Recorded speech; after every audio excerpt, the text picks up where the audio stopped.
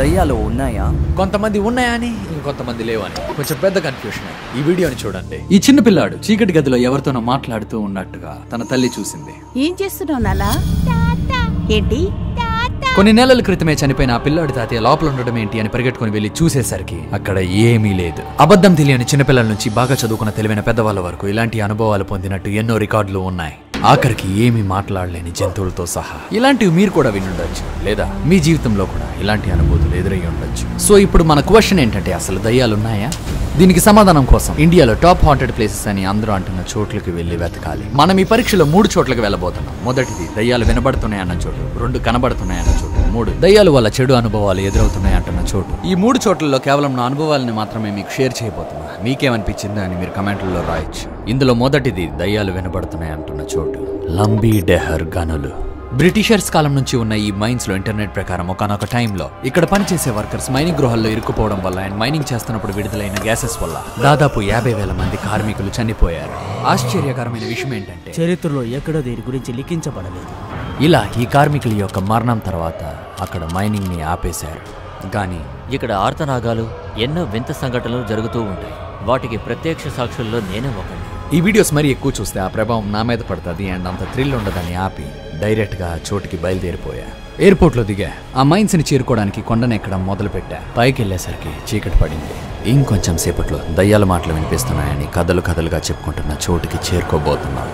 ఇక్కడే నేను ఊహించని, మాటల్లో చెప్పలేని ఒక అద్భుతమైన సన్నివేశాన్ని చూసా. ఆకాశంలో నక్షత్రాలు లాంటివి ఒక ట్రైన్ లా వెళ్తున్నాయి. దీన్ని చూసిన కుతూహలంతో గుండె కొట్టుకునే వేగం పెరిగింది. అదే ఎనర్జీతో ఇంక లేట్ చేయకుండా ఆ ప్లేస్ కి బయలుదేరా. చలితో నిండిన ఆ చీకట్లో వింతగా సగం ఉన్న కట్టడాలు కనబడుతున్నాయి. బిల్డింగ్ లోపల వాటర్ డ్రాప్స్ పడుతున్న సౌండ్స్ వస్తున్నాయి. చుట్టూ అడవి, లోపల పాములు కూడా ఉండొచ్చు. పూర్తిగా తెలియని దాని లోపలికి వెళ్ళడం రిస్క్ అనిపించింది. రేపు పొద్దున్నొచ్చి చూస్తే బెటర్ అని అక్కడ నుంచి బయలుదేరిపోయా. తర్వాత రోజు అక్కడికి వెళ్ళేసరికి ఆ మబ్బుల్లోంచి అసలైన మైనింగ్ ఏరియా ప్రత్యక్షమైంది. ఇక్కడే వింతగా చాలా జరుగుతున్నాయి అండ్ అక్కడికి వెళ్ళడానికి దారి కూడా సరిగ్గా లేదు. ఈ ముందున్న చోటు ఒకప్పుడు ఆఫీస్ లాంటిది మాత్రమే అంట. మనం వెళ్ళాలి అనుకుంటున్న చోటు సరిగ్గా ఇక్కడ నుంచి 5 కిలోమీటర్ల దూరంలో ఉంది. సరే అక్కడికి బయలుదేరదాం అనుకునే టైంకి వర్షం పడేలా ఉంది. ఈ రోజు వెళ్ళడం అంత సేఫ్ కాదు. ఒకవేళ పైకి వెళ్ళే టైంలో కనుక వర్షం పడిందా చాలా రిస్క్. మనం నడుస్తున్నప్పుడు రాళ్ళు పడచ్చు, చెట్లు పడచ్చు, ఏదైనా జరగచ్చు. సో రిస్క్ ఎందుకని 2 డేస్ అక్కడే ఒక రిసార్ట్ లో స్టే చేశా. ఈ రోజేమో కొంచెం మంచి ఎక్కువ ఉంది. వెదర్ రిపోర్ట్ చూస్తే వర్షం పడే అవకాశం తక్కువ ఉందని ఇంకా లేట్ చేయకుండా స్టార్ట్ అయిపోయా. పైకి ఎక్కుతున్నాను కానీ నా మనసులో ఒకే ఒకటి అనుకుంటున్నా, ఎట్టి పరిస్థితుల్లో వర్షం పడకూడదని. నడుస్తూ పైకి వెళ్ళడానికి ఆల్మోస్ట్ గంట పైన టైం పట్టింది.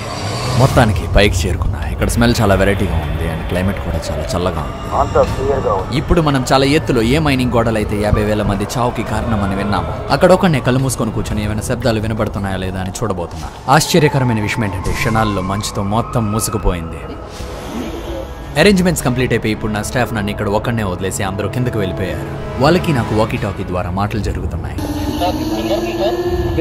మనల్ని గమనించడానికి పైన ఎగురుతున్న డ్రోన్ నుంచి ఎక్కువ సౌండ్ వస్తుంది. ఆ డిస్టర్బెన్స్ నాకు వద్దని తీసేయమన్నా. సైన్స్ ప్రకారం కళ్ళకు గంతలు కట్టుకోవడం వల్ల మనసు యొక్క ఏకాగ్రత వినే శబ్దం మీద ఎక్కువ అవుతుంది. చెప్పడం మర్చిపోయా, ఇక్కడ కాలుని ఎక్కువసేపు కింద పెట్టడం అంత మంచిది కాదు. ఎందుకంటే ఇక్కడ చాలా రక్తాన్ని పీల్చే జలగలు ఉన్నాయి. అవి మన మీదకి ఎక్కి కుట్టినట్టు కూడా మనకి తెలియదు.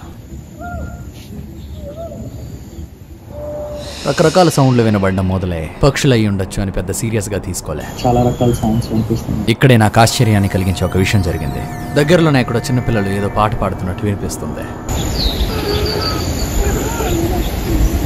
ఈ విషయం ఇక్కడ ఎడిటింగ్ లో చూసాకే అర్థమైంది. కెమెరా దగ్గర ఉన్న మైక్ కి దగ్గరలోనే ఆ పాట వచ్చినట్టు రికార్డ్ అయింది. ఆ టైంలో అక్కడ కూర్చున్న నాకు అది ఏమాత్రం తెలీదు. గాలి కొంచెం బలంగా అయింది. మనం కూర్చున్న చోటు చాలా ప్రమాదం, ఎందుకంటే ఒకవేళ అటువైపు కనుక పడితే వినిపించినట్టు ఎవరో మాట్లాడుతున్న శబ్దాలు రావడం మొదలయ్యాయి. నిజమా లేదా ఇంత ఎత్తులో ఉండడం వల్ల కలిగిన భ్రమ అన్న కన్ఫ్యూషన్ లో ఉన్నా. మేబీ గాలి సౌండ్ అయ్యి ఉండొచ్చేమో అని అనిపించింది. కళ్ళు మూసుకోవడం వల్ల ఇంకో పెద్ద సమస్య ఏంటంటే కాలు మీద ఏదో జలగలు పాకుతున్నట్టు మైండ్ ఊహించుకుంటుంది. ఇలాంటి ప్రెషర్ లో నాకు వినబడుతున్న సౌండ్స్ ని మీరు కూడా జాగ్రత్తగా వినండి.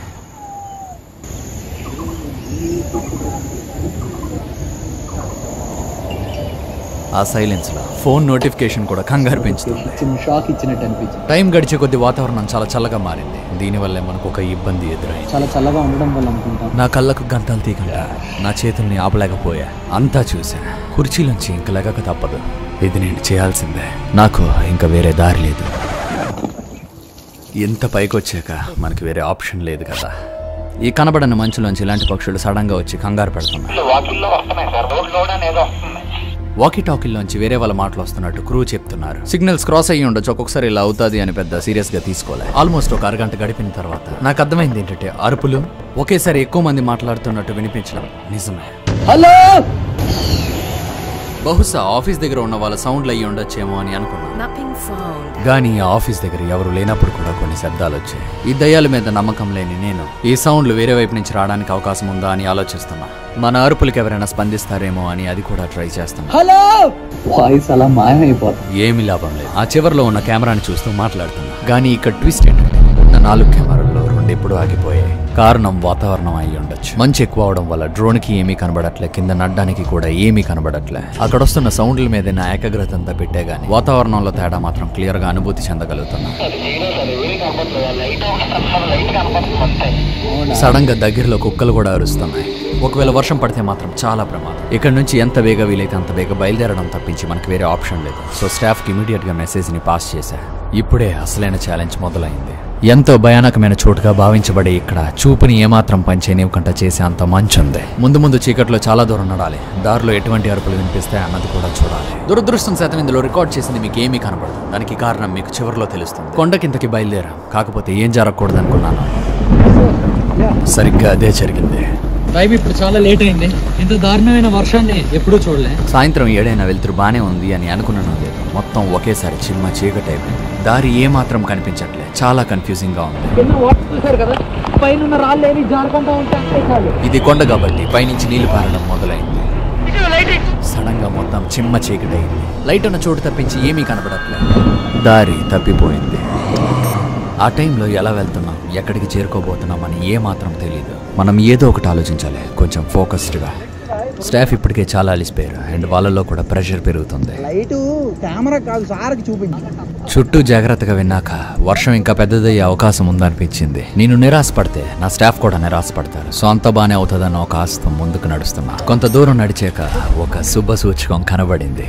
ఇది మనుషులు తిరుగుతున్నారు అన్నదానికి ఒక సంకేతం. ఈ డబ్బులు మనమైతే పారేసుకోలే, ఎందుకంటే సాధారణంగా మనం 500 నోట్లు వాడాం కదా. ఇప్పుడు ఒక నమ్మకం వచ్చింది.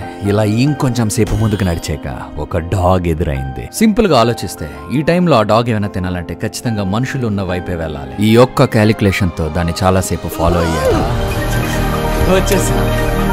అదృష్టం శాతం ఈ రాత్రే బయటపడగలిగాం. మన మెదడుని ఆశ్చర్యంలోకి తోసేసిన ఈ చోట్లో దయ్యాల మాటలు వినిపిస్తున్నాయా లేదా అన్న ప్రశ్నకు సమాధానం మరికొన్ని ప్రశ్నలకు దారితీసింది. మొత్తం మీద ఇదొక కొత్త అనుభూతి అనే చెప్పాలి. ఇప్పుడు మనం తర్వాత వెళ్ళబోయే చోటు వెస్ట్ బెంగాల్లో ఎంతో పేరున్న డౌ హిల్ చర్చ్. ఇక్కడ దయ్యాలు ఉన్న చాలా సంఘటనలు జరిగినట్టు ఎన్నో కథలు వినిపిస్తున్నాయి. టైమ్స్ ఆఫ్ ఇండియా లాంటి కొన్ని న్యూస్ ఆర్టికల్స్ ప్రకారం ఈ చుట్టూ ఉన్న గుబురైన అడవుల్లో చెట్లు నరికే లోకల్ వాళ్ళు ఎన్నో వింత వింత విషయాలను కల్లారా చూశారంట. అలానే ప్రస్తుతం వాడకంలో లేని 19వ శతాబ్దంలో బ్రిటిషర్స్ చేత విక్టోరియా స్టైల్లో కట్టబడిన ఈ డౌ హిల్ చర్చ్ లో రాత్రిలో తెల్లని బట్టలు వేసుకున్న ఒక ఆవిడ తిరుగుతున్నట్టు, వింత వింత శబ్దాలు చేస్తున్నట్టు ఎన్నో కథలు వినబడుతున్నాయి.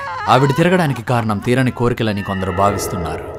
ఇంకొంచెం సేపట్లో ఆ భయానకమైన చర్చికి చేరుకోబోతున్నాం. కాకపోతే గేటు దాటే ముందే ఒక సమస్య. బయటోళ్ళలాగున్నారు, లోపలికి వెళ్ళడం కుదరదు. గమ్ముని బండి వెనక్కి తీయండి. పైకి వెళ్ళడానికి పైన ఊర్లో ఉన్న వాళ్ళకి మాత్రమే పర్మిషన్ ఉంది.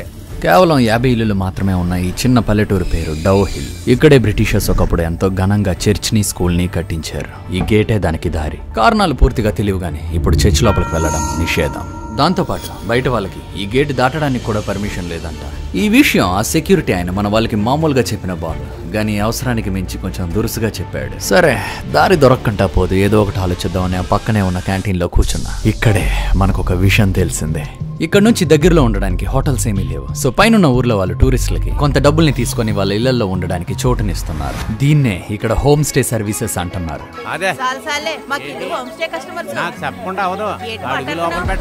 మన సెక్యూరిటీ అంకుల్కి వీళ్ళే కరెక్ట్. సో ఇప్పుడు మనం హోమ్ స్టే కస్టమర్స్. ఎలా ఉంది? ఫైనల్ గా మన స్టాఫ్ తో అవసరానికి మించి దురుసుగా మాట్లాడి మనల్ని ఆపడానికి ఎంతో ప్రయత్నించిన ఈ సెక్యూరిటీకి ఒకసారి బాయ్ చెప్పి, సోదరా వెళ్ళొస్తాం. రాత్రులు బయట మాత్రం తిరక్కండి. చర్చి దగ్గరికి అస్సలు వెళ్ళకూడదు. ఈ మాట గుర్తు పెట్టుకోండి. పెద్ద పెద్ద సెక్యూరిటీ గార్డులకే దిక్కు లేదు, నువ్వేటనా ఆపేది మా బాస్ని? ఆ గుబురైన చెట్ల మధ్య మా ప్రయాణాన్ని మొదలుపెట్టాం. కొంచెం దూరం ముందుకెళ్ళాక ఎన్నో భయంకరమైన కథలకు కారణమైన ఎంతో కాలం నుంచి వాడుకలో లేని డవ్ హిల్ చర్చ్ నాకు ఎదురైంది. ఏంటి అది అని అడిగా. ఎన్నో సంవత్సరాల క్రితమే ప్రార్థనలు ఆపేశారు. ఇప్పుడు అది కేవలం దెయ్యాలు పట్టిన బిల్డింగ్ మాత్రమే. మొత్తం తాళాలు వేసేసారు. చాలా మంది సెక్యూరిటీ గార్డులు కాపలా కాస్తారు. దానికి దగ్గర కూడా వెళ్ళనివ్వరు. రాత్రుల్లో అక్కడ దెయ్యాలు తిరుగుతున్నట్టు ఇక్కడ ఎక్కువ శాతం మంది నమ్ముతారు. ఆ దెయ్యాన్ని చూస్తేనే గుండె ఆగిపోతుందంట. చర్చ్ కి మెయిన్ ఎంట్రన్స్ కూడా మూసేసి ఉంది. సరే, ఫస్ట్ ఆ ఊరేంటో తెలుసుకోవడానికి పైకి ఎక్కడం మొదలు పెట్టా. అంతా చాలా సైలెంట్ గా ఉంది. ఇల్లులు దగ్గరగా ఉన్నాయి. చుట్టూ అడవి నుంచి రకరకాల శబ్దాలు వస్తున్నాయి. నెమ్మదిగా తెలియకంటానే చీకటి పడిపోయింది. సో చర్చ్ లోపలికి దారి ఏమైనా ఉందా అని చూడడానికి బయలుదేరా. సెక్యూరిటీ కొంచెం టైట్ గానే ఉంది. ఈ టైంలో అంతా ఇక్కడ తిరగకూడదు, ఇళ్లలోకి వెళ్ళిపోండి. ఎవరు ఎంత అసాధ్యం అన్నా అసాధ్యాన్ని సాధ్యం చేయడమే మన పని మిత్రమా. బాగా ఆలోచించాక మొత్తానికి లోపలికి వెళ్ళడానికి ఒక దారి అయితే కనుక్కున్నాం. కాకపోతే చర్చ్ లోపల మాత్రం కొంచెం టైమే ఉండగలుగుతాం. మొత్తానికి చర్చ్ తాళం తీయడానికి ఒకరు అంగీకరించారు. నిజాన్ని తెలుసుకోవడం కోసం ఈ ఆపరేషన్ ని ఎలాగైనా సక్సెస్ చేయాలి.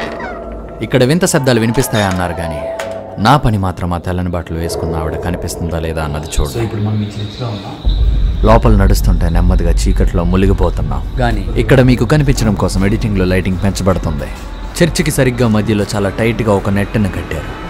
ఇంక ముందుకు ఎవరు వెళ్ళొద్దు అని చెప్పడానికి ఒక అడ్డయి ఉండొచ్చు, లేదా దీని మీద ఉన్న ధూళిని బట్టి చాలా కాలం క్రితం ఇందులో గేమ్స్ ఆడుండొచ్చు. లోపలికి రావడానికి జరిగిన డీల్లో లైట్లు వేయకూడదు, శబ్దాలు చేయకూడదు అని కొన్ని కండిషన్స్ ఉన్నాయి. కానీ తప్పదు కదా. కెమెరాల్ని బిగించడం మొదలైంది. ఇప్పుడు అందరూ బయటకు వెళ్ళిపోయి చర్చిలో నన్ను ఒక్కడనే వదిలేసి తాళం వేసేయబోతున్నారు. లోపల కొంచెం వింతగానే ఉంది.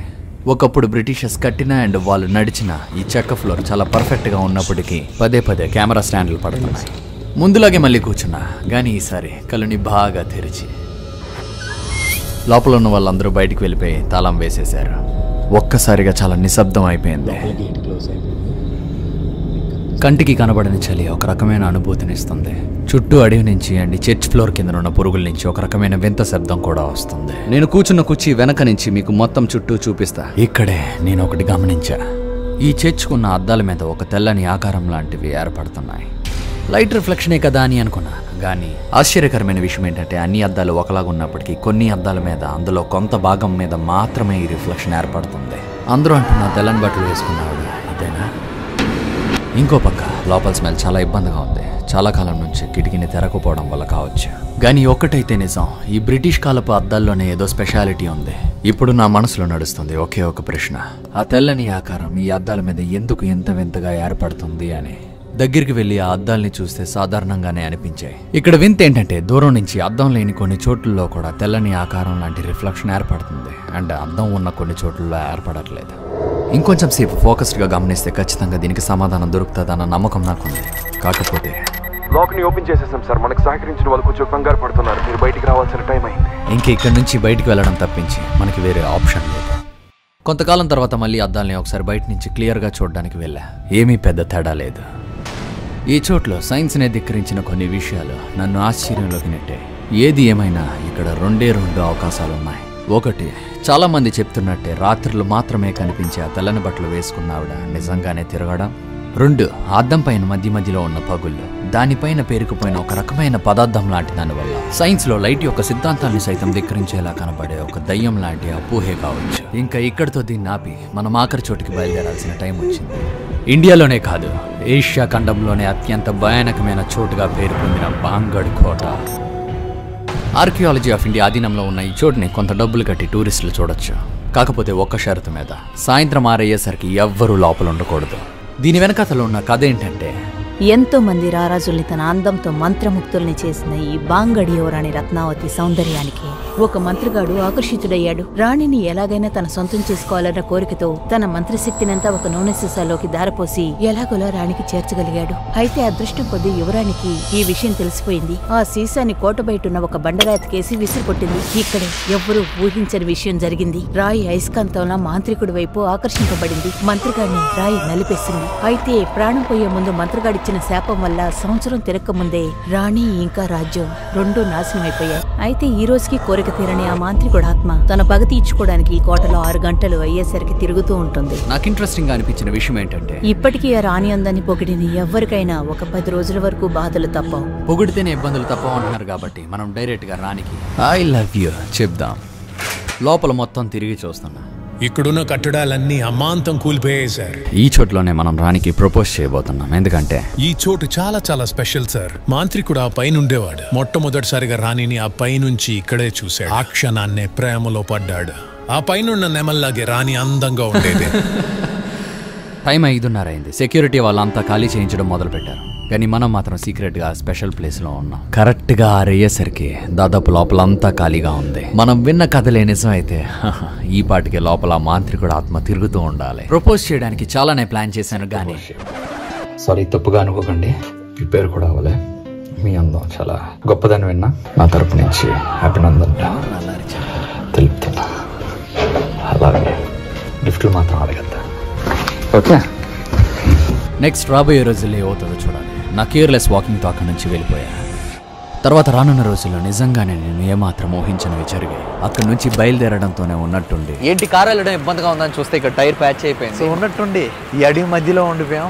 తర్వాత కెమెరా వాడడానికి అవకాశం లేని చోట్లలో ఎక్కువ శాతం వీడియోలు తీసిన ఈ ఫోన్ ఆ చోటు నుంచి వచ్చిన 8 రోజుల్లోనే డ్యామేజ్ అయిపోయింది. పాస్వర్డ్ మార్చి రిపేర్కి ఇచ్చా. తర్వాత ఆ పాస్వర్డ్ ని ఓపెన్ చేయడానికి ఎంత ట్రై చేసినా ఫోన్ అవ్వలే. డేటా మొత్తం పోయింది. సరే ఈ రెండు ఓకే, అప్పుడప్పుడు జరుగుతూనే ఉంటాయి. కానీ నేను అసలు ఎక్స్పెక్ట్ చేయలేదు ఏంటంటే ఈ వీడియోలన్నీ స్టోర్ చేసిన హార్డ్ డిస్క్ ఇన్ని సంవత్సరాల్లో ఎప్పుడూ లేనిది మొట్టమొదటిసారిగా క్రాష్ అయిపోయింది. దాన్ని రిపేర్ చేయడానికి ఎంత ప్రయత్నించినా అవ్వలే. ఆశ్చర్యంగా కొన్ని రోజుల తర్వాత పరిస్థితులు అంతా బాగవడం మొదలైంది. ఇదంతా కేవలం ఒక కోఇన్సిడెన్సే కావచ్చు, లేదా నిజంగానే మనిషి కన్నా ఒక పెద్ద శక్తి ఉండొచ్చు, లేదా మీకు ఎంటర్టైన్మెంట్ ఇవ్వడం కోసం ఒక ఫిల్మ్ మేకర్ చేసిన ఎగ్జాజరేషన్ అయినా కావచ్చు. కానీ ఒకటి మాత్రం నిజం, 100% ఈ మైండ్ లో ఉన్న భయమే పెద్ద దయ్యం. దాన్ని గెలవడం మాత్రం కేవలం మన చేతుల్లోనే ఉంది. అక్షరాల ఇలానే అనుకున్నాను ఈ బుక్ని చూసేంత వరకు.